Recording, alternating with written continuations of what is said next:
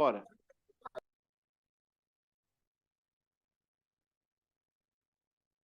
Aula número 9.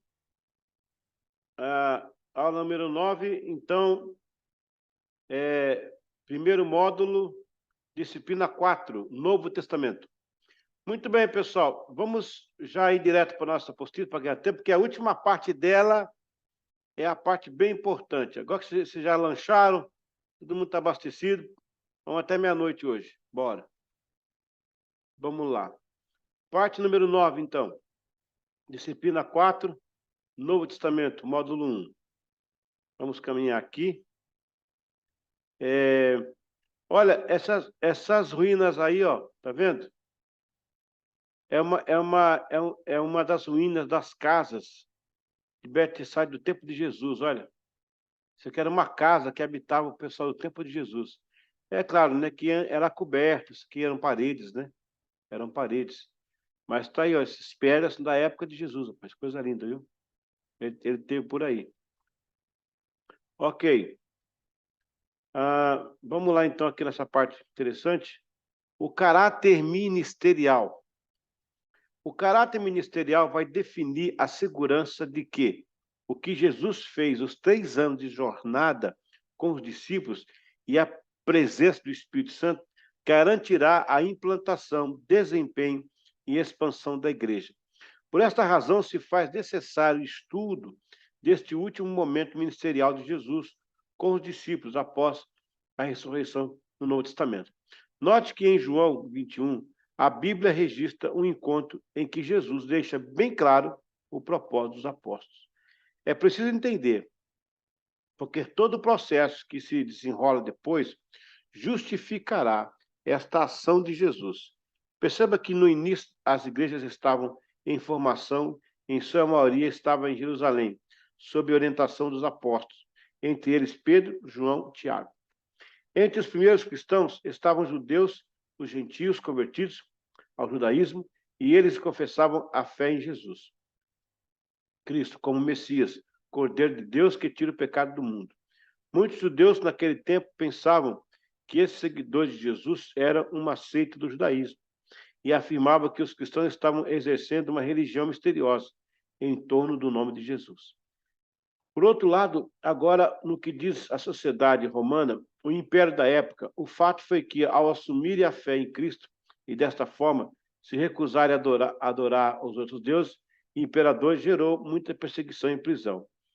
O primeiro mártir cristão morreu apedrejado. Ele chamava Estevão. E durante sua morte disse ver o céu aberto. Paulo, que nesse tempo era funcionário do governo e tinha a função de perseguir os cristãos e dizimá-los, assistia à execução de Estevão. Pouco depois, indo a Damasco, teve um encontro com Jesus, em forma de uma luz que o cegara durante 3 dias e o levou a converter-se a acreditar em Cristo como Filho de Deus. Então, veja bem, essa primeira parte aqui está desenhando o caráter ministerial de Jesus. Havia um caráter ministerial. O caráter ministerial de Jesus era remover, igual eu expliquei na aula passada, tudo que era pertencente aos costumes da velha aliança para a nova aliança. Sabe esse texto que fala aí, ó? Jesus Cristo é o Cordeiro de Deus que tira o pecado do mundo. O Cordeiro de Deus que tira o pecado do mundo. Foi constatado que você pode comer várias carnes, vários tipos de carnes. Frango, porco, galinha, no caso, boi e tal, pode comer à vontade. Quando você come a carne de carneiro, não de bode, de carneiro. Quando você come de carneiro, ela tira todo o gosto anterior das outras carnes. A carne de carneiro, a carne de ovelha, ela tira o gosto das outras carnes que havia na boca. Aí o texto fala, Jesus Cristo é o Cordeiro de Deus que tira o pecado do mundo. Ao receber Jesus, tudo que era gosto do mundo vai embora. Tudo que pertencia ao mundo vai embora. Esse é o caráter ministerial de Jesus. O caráter ministerial de Jesus também está naquela palavra. Eu vos prego a palavra e vós já estáis limpos pela palavra. Então, o caráter ministerial de Jesus é implantar a palavra retirando tudo que pertencia à velha aliança. Esse é o caráter, entre eles, né, o caráter ministerial de Jesus. E prosseguindo aqui, ok? Prosseguindo aqui, depois torna-se um ícone na expansão do evangelho, no caso Paulo, né? Inclusive cartas escritas por Paulo da cidade de Tarso, enquanto ele estava preso por confessar a sua fé em Jesus.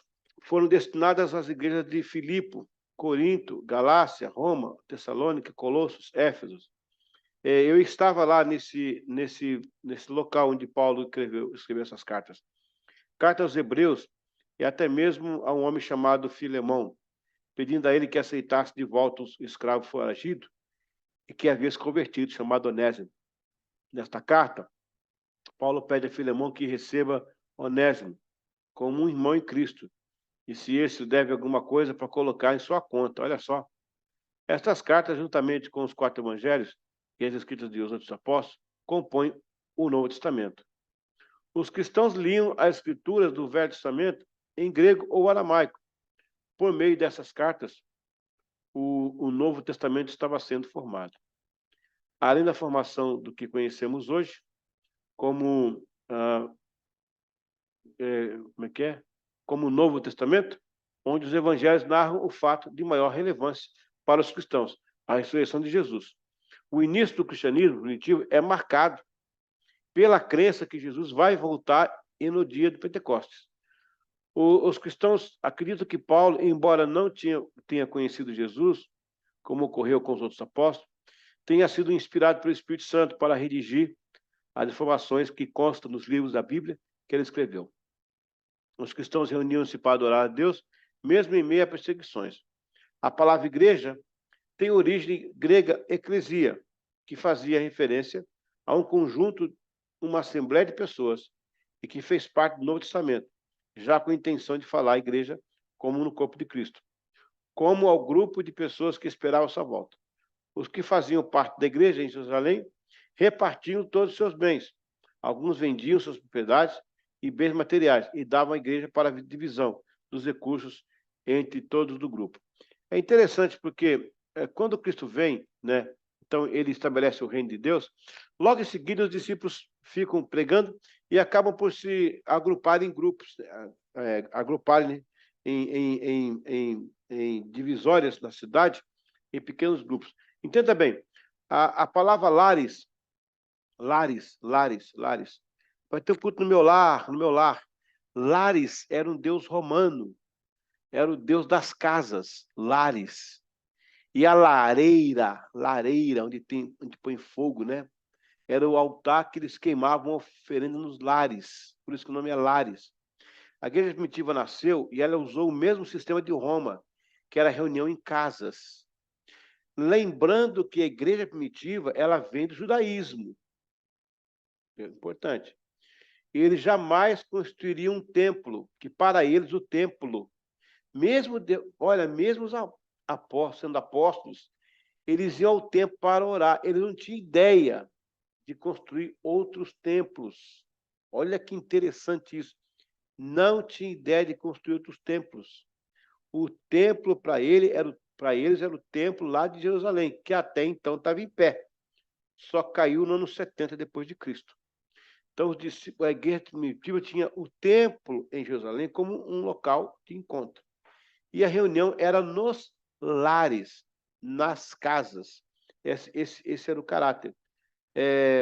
Quando você entende tudo isso aí, há um versículo, gente, eu não quero assustar vocês, mas está lá em Atos, capítulo 1, quando Cristo é assunto aos céus, o que é que os varões dizem? Varões galileus, estai assustado, mas este Cristo que dentre vós foi tomado, do modo como ele subiu, ele vai descer. Todo mundo acha que ele subiu assim em pé, né? E desce em pé. Não. Ele vai voltar e vai do mesmo modo como desceu, por quê? Ele deixa uma igreja sem donos, sem feudos, sem proprietários, sem templos. Ele deixa uma igreja nas casas. Hoje o templo, é necessário ter o templo hoje. Hoje é por necessidade. Como é que nós vamos agregar, por exemplo, tantos alunos numa casa aí, Pode ser que tenha uma casa que comporte, mas a maioria não comporta. Então, o templo hoje é muito bom para agremiação, mas aquele testemunho de casa em casa é o que Cristo vai voltar e vai receber. Isso que está escrito lá. Ele volta quando isso acontecer. A igreja volta para as casas. É muito interessante esse começo da igreja primitiva, porque depois, essa ideia de se ajuntar nas casas, veja a casa de Rodney, quando Pedro veio, ela vai remontar o tempo da sinagoga também. A sinagoga vai nascer no 5º século antes de Cristo, quando Daniel, na Babilônia, ele tem um costume de orar para Jerusalém 3 vezes ao dia e ler a palavra, né? Os judeus veem isso, já não tem mais templo, estão com saudade de Jerusalém, eles começam a fazer o que Daniel fez. Quando eles voltam do cativeiro, em 566, com os babilônicos, então eles, com os medo-persas, eles conseguem, então, criar as sinagogas, quer dizer, Bet Knesset, em hebraico, ou casa de oração. Por isso que Jesus bate o chicote e fala, minha casa será chamada Bet Knesset, casa de oração, que eram as sinagogas. É dessa ideia que vem a igreja em si, que no tempo de Cristo, a palavra igreja era um verbo, vamos igrejar, vamos nos ajuntar como igreja, vamos sair afora. Depois do ano 4º século, torna-se um substantivo. A igreja hoje são as 4 paredes, né? Vamos fechar a igreja, vamos abrir a igreja, vamos derrubar a igreja, vamos construir a igreja pequena, igreja grande, igreja sem teto, igreja com teto. Hoje não falta nomenclatura nesse substantivo. Mas no tempo de Jesus, era apenas um verbo. Olha como as coisas mudaram, né? De lá para cá. Vamos continuar então aqui. O caráter ministerial. O contexto da mensagem. Preste bem atenção agora nisso aqui, ó. Você vai ler depois em casa João 21, 1 a 7, 17. E veja a sequência dos fatos e a mensagem do caráter ministerial. Note que, pelo contexto, Pedro estava pressionado. Veja, a Bíblia fala que Pedro foi pescar, né? Diz a palavra assim, Pedro foi pescar e todos foram com ele, né? O texto é bem claro aí. João 21, 17. Aliás, deixa eu ler esse texto com vocês rapidinho, espera um pouquinho. Acho interessante a gente ler esse texto agora, porque ele vai elucidar bastante aqui o nosso estudo. Vamos lá. João 21, é fantástica essa parte de João aí. Ó. João 21, né? Aqui, ó. João 21, versículo 1. Depois disso, manifestou-se Jesus outra vez aos seus discípulos, junto do mar Tiberíades, e manifestou-se assim. Estavam juntos Simão, Pedro, Tomé, chamado Dídimo, Natanael, que era de Caná Galileia, filho de Zebedeu, e os outros discípulos. Disse-lhe Simão Pedro, vou pescar. Olha aí. Dizem eles, também nós vamos contigo. E foram e subiram logo para o barco naquela noite e nada apanharam.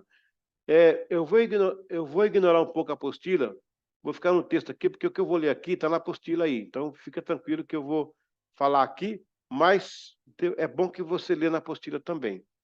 Vamos analisar aqui, vamos fazer uma exegese desse caráter ministerial do Novo Testamento. Ó. João 21. Disse Simão Pedro, vou pescar. Por que ele foi pescar, pessoal? Ele voltou para Betsaida, que era onde ele tinha casa de pescaria. Ele morava lá, era um lugar de pescador. A palavra Betsaida significa casa do peixe. Em aramaico, Bet é casa. Saida é peixe.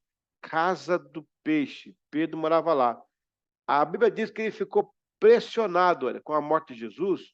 E Cristo foi preso. Sabe por quê? Porque agora Jesus não era mais a esperança. Quando Pedro seguiu Jesus, a esperança deles era que Cristo ia libertar Israel dos romanos. Chegou, vai ser agora, é ele, vamos com ele. De repente, Cristo é preso, não faz nada, não diz nada, deixa ser levado. Pedro decepciona. Então, Pedro está muito pressionado, pessoal. O Facebook estava cheio de mensagens, o Zap não parava de tocar, o Instagram estava cheio de gente perguntando, Pedro, e aí, Pedro, cadê? O cara era o Cristo, era o Bambambam, Bam, Bam. Cadê agora? Pedro, aí diz assim, ó, e Pedro foi pescar. Na pressão, Pedro foi pescar. Já viu aquela frase nos carros aí? Está cansado, vai pescar? É de Pedro. Está cansado, vai pescar, é de Pedro. Por que Pedro foi pescar? Anota, olha, não precisa anotar porque está na apostila. Por que Pedro foi pescar? Porque na crise você volta para as origens. Na crise você volta para as origens. Pedro voltou lá para a pesca dele. E sabe de uma coisa? Foi muito legal estes anos com Jesus. Eu vi muito milagre acontecer. Foi maravilhoso, foi fantástico. Eu vi cego ver, eu vi coxo andar. Mas agora acabou. Eu não tenho mais o que fazer aqui. Eu vou voltar para a pescaria. Eu nunca devia ter saído. Ele vai pescar, porque na crise você volta para suas origens. Prosseguindo aqui, ó, João capítulo 21, diz assim, ó, disseram eles, também vamos contigo, e foram e subiram no barco. Gente, todo mundo acompanhou Pedro. Sabe quem estava no meio dessa turma aí? O Mateus. O Mateus não era pescador, não, gente. O Mateus era contador, era matemático. E ele vai junto, sabe por quê? Porque na crise, fazendo qualquer coisa. Na crise, a gente faz qualquer coisa. O cara era tributarista, ele foi no meio dos pescadores. Aí eles foram pescar. Naquela noite, nada apanharam. Eu posso ver Pedro chegar e falar assim, pessoal, joga a rede para cá, joga a rede para lá, para frente. Agora que eu conheço, que eu estou em casa, que eu vou mandar bala. Vamos voltar a vender peixe, comer peixe, ganhar dinheiro.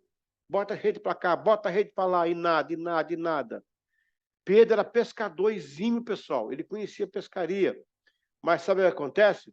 O pior momento na crise é você descobrir que não é mais bom naquilo que você era bom. O pior momento da crise é você descobrir que você já não é bom naquilo que você era bom. Porque Deus não quer você fazendo o que não é para você fazer. Meu Deus, meu Deus. E sendo já amanhã, Jesus se apresentou na praia, mas os discípulos não conheceram Jesus. Olha só, o tempo todo Jesus acompanhava a crise. O tempo todo estava ali com os discípulos. E disse: filhos, tende vós de comer? Olha, ele faz a pergunta que não era para perguntar. Justamente a pergunta que não é, ele faz. Jesus está cutucando a onça com a vara curta. Não era para perguntar isso, ele pergunta. Era justamente porque eles não tinham hora de comer. E o Senhor pergunta logo a pergunta na ferida. Sabe por quê? Quando Jesus pergunta, ele já sabe da resposta. Glória a Deus. Quando Jesus pergunta, ele já sabe da resposta. Ele pede o peixe. Por que ele pede o peixe? Porque o peixe foi o que eles foram buscar. Peixe era a necessidade deles. Jesus vai sempre buscar a sua, Jesus vai sempre pedir a sua necessidade. Aquela mulher que veio da Samaritana buscar água no poço, o que ela queria? Água. O que é que o Senhor pediu para ela? Água. O que mais Sara e Abraão queria? Um filho. O que é que Deus pediu para ele? Um filho. Deus sempre vai pedir a sua necessidade. Ele quer que você entregue para ele o que é temporário, para ele te dar aquilo que é eterno. Aleluia, aleluia. E disse: lançai a rede para o lado direito do barco que achareis. E lançaram, pois, já não podia tirar pela multidão dos peixes. Olha bem, no mesmo mar, o mesmo barco, com a mesma rede, Jesus manda jogar a rede e ela vem cheia de peixe. Espera aí, era no mesmo local que eles tinham pescado, não tinham conseguido apanhar nada. E agora consegue apanhar? Sim. Jesus não questionou o barco, não questionou as redes, não questionou se o vento estava ao contrário, não questionou se tinha peixe ou não tinha. Ele simplesmente mandou jogar para o lado direito. Preste bem atenção. Não é porque você não pescou peixe que não tem peixe. É só mudar o foco.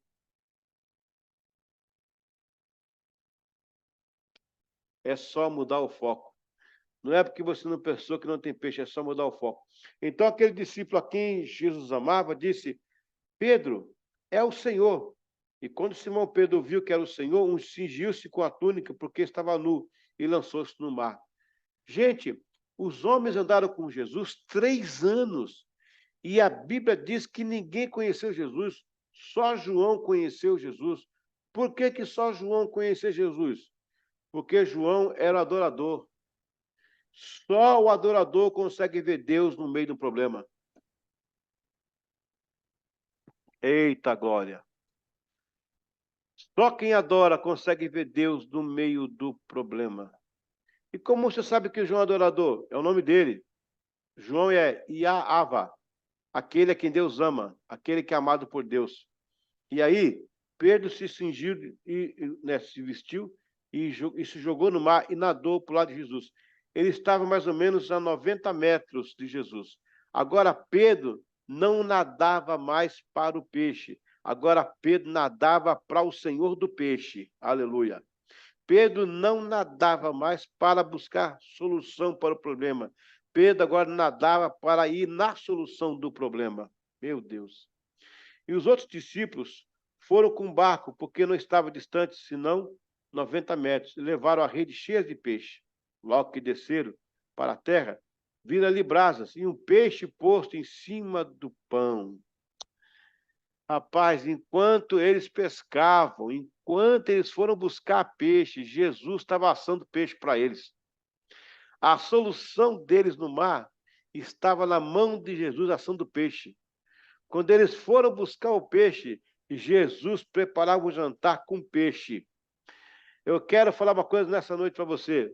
O teu peixe está assando hoje, glória a Deus.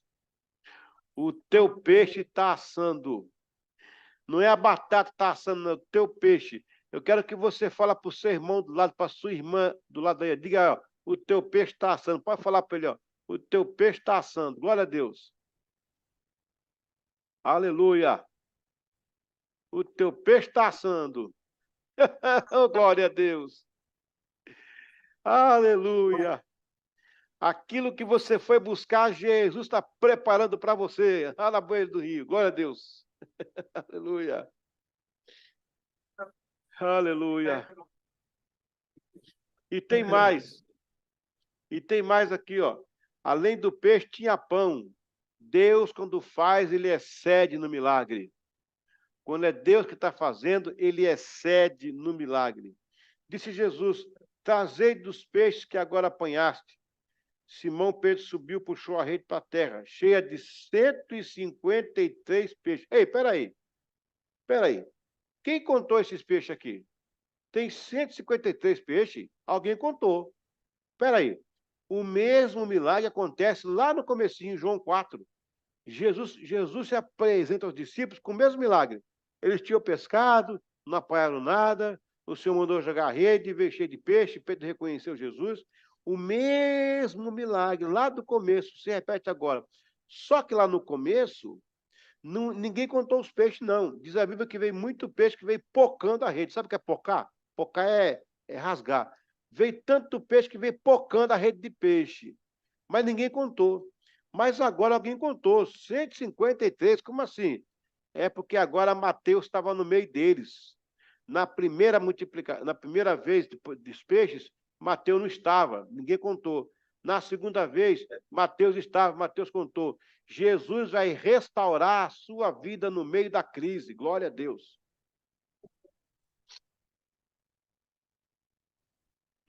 Quando Mateus saiu, o povo dizia, mas o que esse cabra está fazendo aqui? Esse cabra só sabe fazer conta, não sabe pescar. Nunca questione uma coisa que Deus faz e você não entende. Vai chegar um momento que você vai ser preciso na obra, aquilo que você faz. Deus restaura o tributarista, o contador lá no meio da crise. Glória a Deus. Amém, igreja? Quem está pegando aí? Quem está pegando aí? Glória a Deus. Aleluia, glória a Deus. Disse-lhe Jesus, vinde e comei. E nenhum dos discípulos ousava dizer quem ele era. Perguntar quem és tu, sabendo que era o Senhor. Chegou por Jesus e tomou o pão e deu-lhe semelhante o peixe. e já era a terceira vez que Jesus se manifestava aos seus discípulos depois de ter ressuscitado. Irmãos, aí tem outra parte aqui que Jesus pergunta, eu não vou ler todo o texto não, porque você pode ler em casa depois. Uma parte que Jesus pergunta assim, cadê os discípulos, os outros? Aí disseram, estão ocupados com os peixes, com a rede cheia. Eles vieram a Jesus, uma parte, que foi Pedro, João, um outro ali, e a maioria ficou ocupado com o peixe. Presta atenção. Peixe, nesse caso, era sucesso. Rede cheia era sucesso. Quem não quer ver uma rede cheia? Pocando de peixe. É sucesso. Mas Jesus está dizendo, no meio do sucesso, largue as atividades e vem estar comigo. Nosso problema é que no meio do sucesso, a gente deixa Deus. Porque a gente acha que sucesso é sinal de bênção. Não. Sucesso é resultado. A bênção está com ele. A bênção é voltar para o chamado. E tem muita gente que fala assim, estamos trabalhando, estamos correndo atrás, essa coisa está acontecendo, tem muito peixe. Mas e aí, não ora mais, não busca mais, não jejua mais, não vai mais para o mestre, porque está ocupado com o sucesso das redes. Esse texto de João, gente, traz para nós o caráter ministerial do Novo Testamento. Você que está indo para o pastorado, você que está sendo pastora, pastor, que vai trabalhar, aí estão as regras de Deus para a sua vida ministerial. Deixa eu dar só uma pincelada aqui na apostila, ver se esquecemos alguma coisa. Vamos lá. Pedro volta para Betsaida para pescar. Isso foi fatal. É tudo que não se podia esperar naquele momento. Não era para abandonar o arado. Esse tipo de situação, dependendo do caso, mostra uma atitude de descompromisso ministerial, falta de fé e dúvida no chamado. Sabe por que voltou para Betsaida? Porque na crise você volta para as origens. Mateus vai no meio, mas ele era contador. O que foi fazer um tributarista em uma pescaria? É claro, se fosse uma pesca informal, por passatempo, com amigos, tudo bem. Mas tratava-se de uma decisão de abandono da tarefa apostólica que viria pela frente. Mas sabe por que um tributarista vai com pescadores? É porque na crise fazemos qualquer negócio. Meu Deus. Pedro não pescou nada. Este foi um momento crucial. No trâmite do chamado, mesmo se você abrir mão de Deus, ele não abre mão de você. Ele vai atrás do que você afirmou com ele. Os céus se fecharam para Pedro. E agora?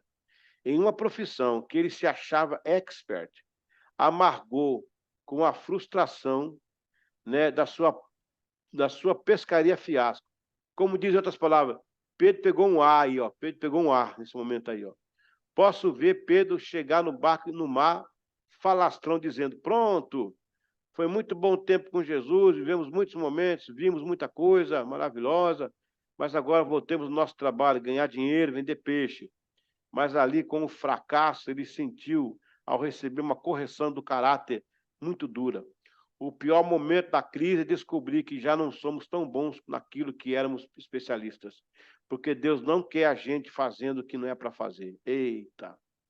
Volta e João reconhece Jesus.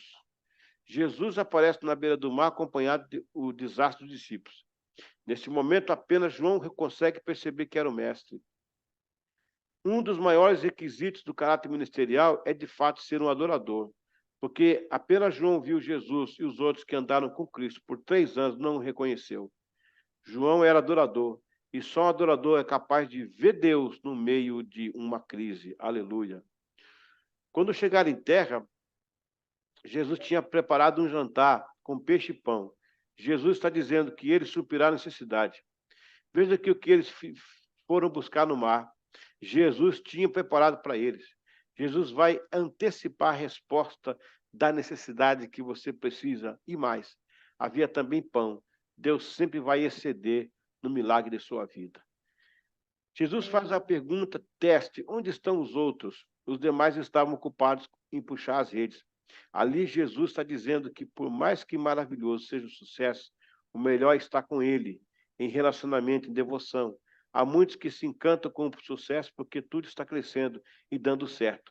E assim se ocupam demais com as agendas e deixam de estar com Jesus. É no meio do sucesso que iniciam-se as ruínas.